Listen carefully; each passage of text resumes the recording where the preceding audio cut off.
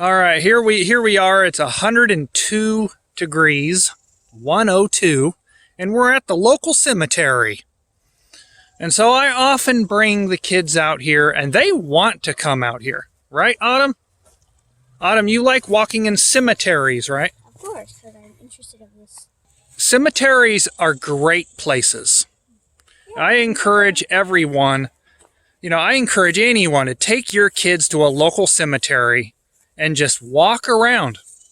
Your kids do need to be in cemeteries. And exercise. Well, yeah, but there's conversations about death. You talk about there are real bodies laying underneath. Okay, actual bodies underneath. And you stop and these are all strangers. We don't know anyone here. No one in our family has died here. And cemeteries are contrasted with bustling life across the road. People going back and forth in their cars, living their lives, and then here's the dead.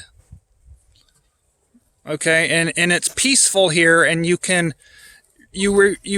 remember, this is where your kids, you talk about death with the kids, talk about dying, talk about one day, in John, Jesus says that, one day the voice of the Son of Man will raise all these bodies.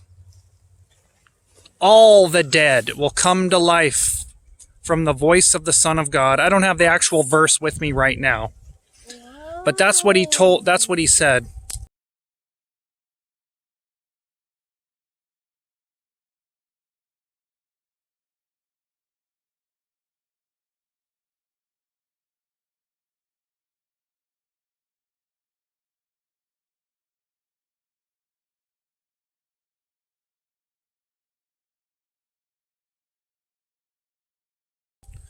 Okay, so all of these bodies will rise from the ground one day, some to damnation, some to damnation, and some to be caught up together with the Lord in the air.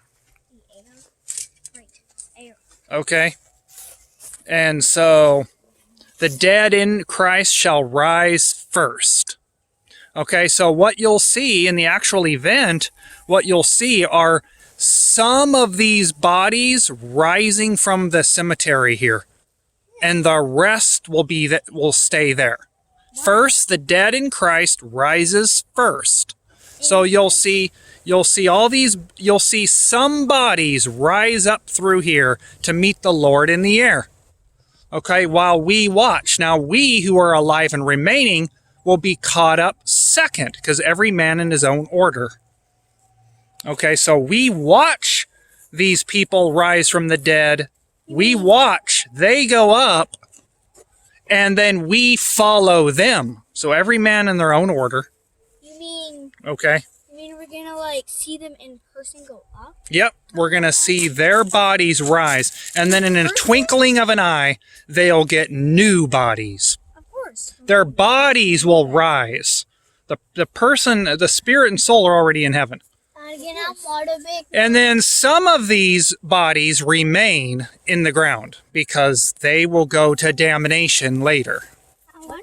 Now, statistically, according to Jesus, most of these bodies will not be having everlasting life in heaven.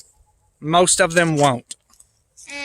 Regardless, so that's what you say, regardless what the tombstone says about in God's arms or in heaven's arms, we don't know that for certain here. And we don't know that. Yeah, we don't know that for sure. Right. That's what picking flowers. So very peaceful here at the cemetery. And so just walking in 102 degrees. Okay.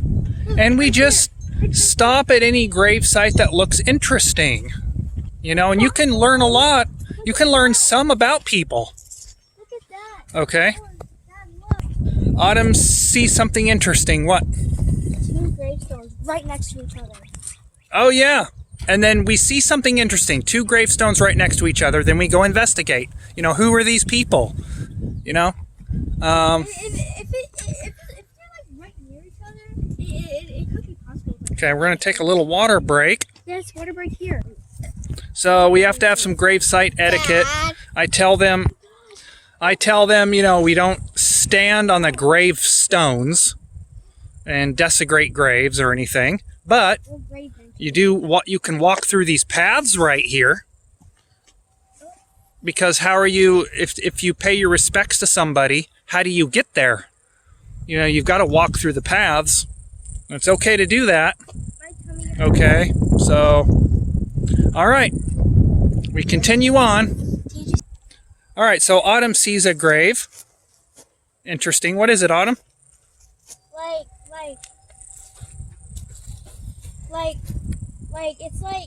It's like husband and wife because it shows a picture. Yeah, husband, wife. And plus there's one, because there's 3 gravestones, like one right here, and a big one right here. And we can kind of see the symbolism here. But the wife died first, and then the husband 2 years later. How do you know? Because you can read the years. See, October 19th, 1998 died. And then the husband died 2000, 2 years later. See? Oh. Okay, and so... And some of them you can kind of tell what their jobs were. They'll have little symbols of a nurse hat, military. Okay, I found one over here, Dale.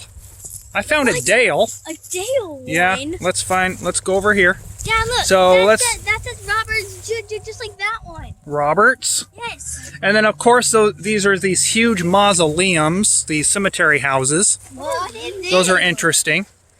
The point is, what we're at 7-minute video. The point is we just, not too often, but I do a number of times have taken them to the local cemetery to walk around and to just, here's our time, I mean, doesn't Proverbs say it is better to be in the house of mourning than it is like the house of pleasure or something like that?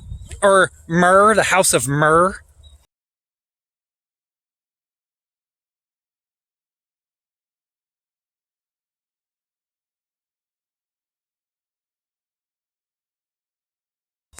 Okay, and so, this is a house of mourning, death, bodies under here, people have died.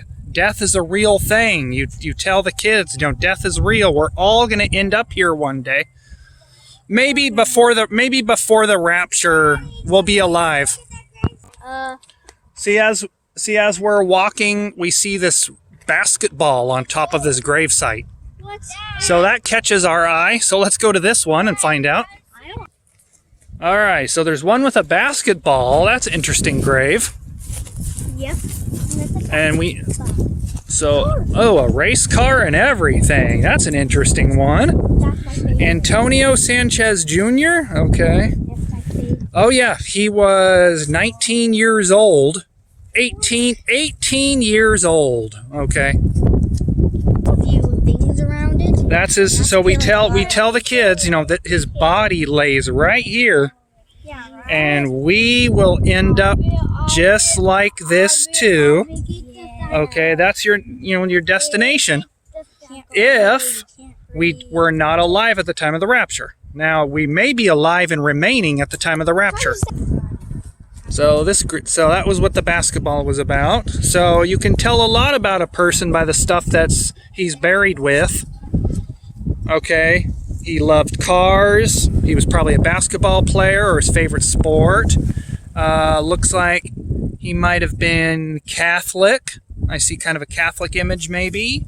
So we don't know, but these give details. Details about the person's life. That's right. Yeah, details of what they were. Yep.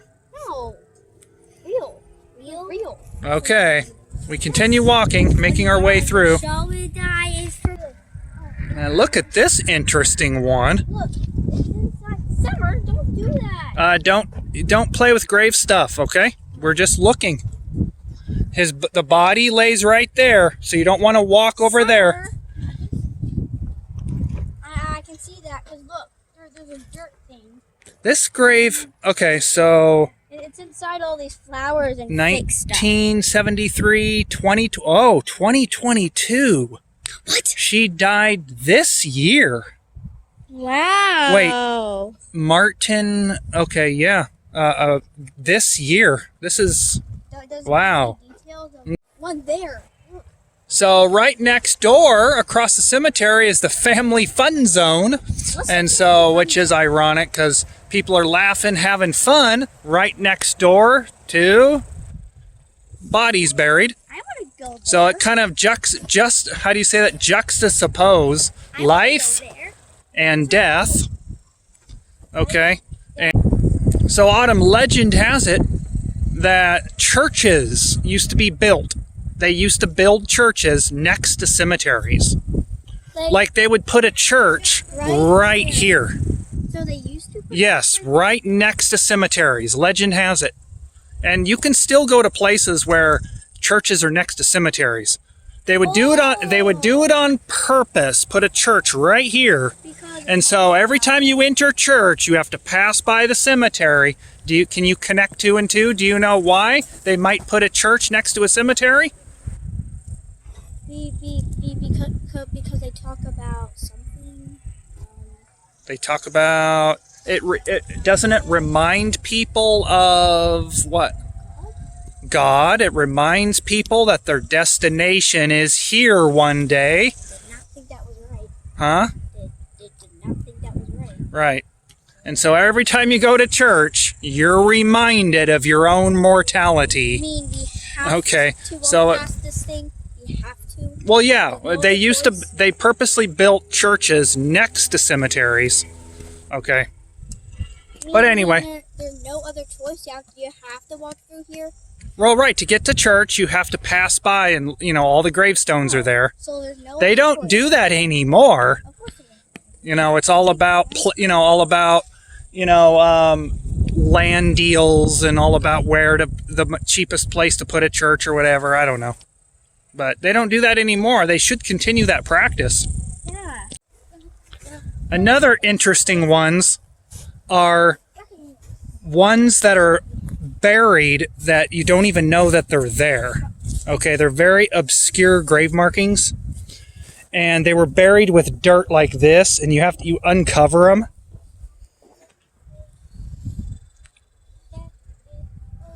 Autumn's uncovered one, and Patricia knew some. This one was only a 9-year-old boy, Walter B. Newsome, 9 years old. Okay, so once in a while you'll also find 1-year-old babies with gravestones. Now some want to make names for themselves, like big monument names to themselves. Big gravestones, mausoleums. What do they call them? The big cemetery houses over there. And some, you can tell, probably really poor, and all they had was a little marker to bury. And people, without knowing, just walk right over it. But guess what? They all see the same judge, don't they? Summer, don't just walk on top of it. Yeah, so gravesite etiquette, do not Summer, do not walk on the gravesite. Say, okay, well, you're not supposed to walk on the gravesite. I'll see if I can clean it up. Okay, but they all see the same judge, don't they? They're all raised by the same God, Jesus. They're all raised by Jesus. The Jesus' word. Okay? Doesn't matter if you have a little unmarked grave like this, hardly marked, obscure, or if you make big names for yourselves, like these giant grave site memorial things. You're all going to see the same judge.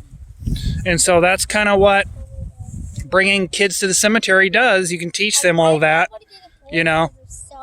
So, I wonder if and this poor boy was 4 years old when he died. Orville Max Clark, 4 years old. Okay, and so, Josh, how old are you? 4. Josh is 4. So this kid died at his age. Okay, well, Luckily, you know, fortunately, Josh is still alive. This kid, 1939. So who knows? You know, no one who knows what happened to him. But that's how it is, you know. He could have been hit. He could have been killed. He like he could have been run over by a car. Could be. Now we always say that it never tells how they died. It's just a memorial to them. That's all it is. And Like it's just basically it's a marker that marks their body. Okay. All right. All right, we're done with our trip, and we're having a water break. We're done with our cemetery walk. We'll be back again. And their job is to find anything interesting, and we go to it, and then we discover about that person who lived at one point in their life. What about that brown thing? So next time, here's what do they call it? A cliffhanger. In part 2, Autumn points to which one? Do you see an interesting one? That brown one. Oh yeah, that brown one that's straight ahead. Okay, well, next time we will see what's anything interesting on that one. Okay. We're not even silver now. This is 102-degree weather, and so we bring our water. We have a few water breaks along the way. Anyway, this is Soul Winning and Bible Teaching signing off.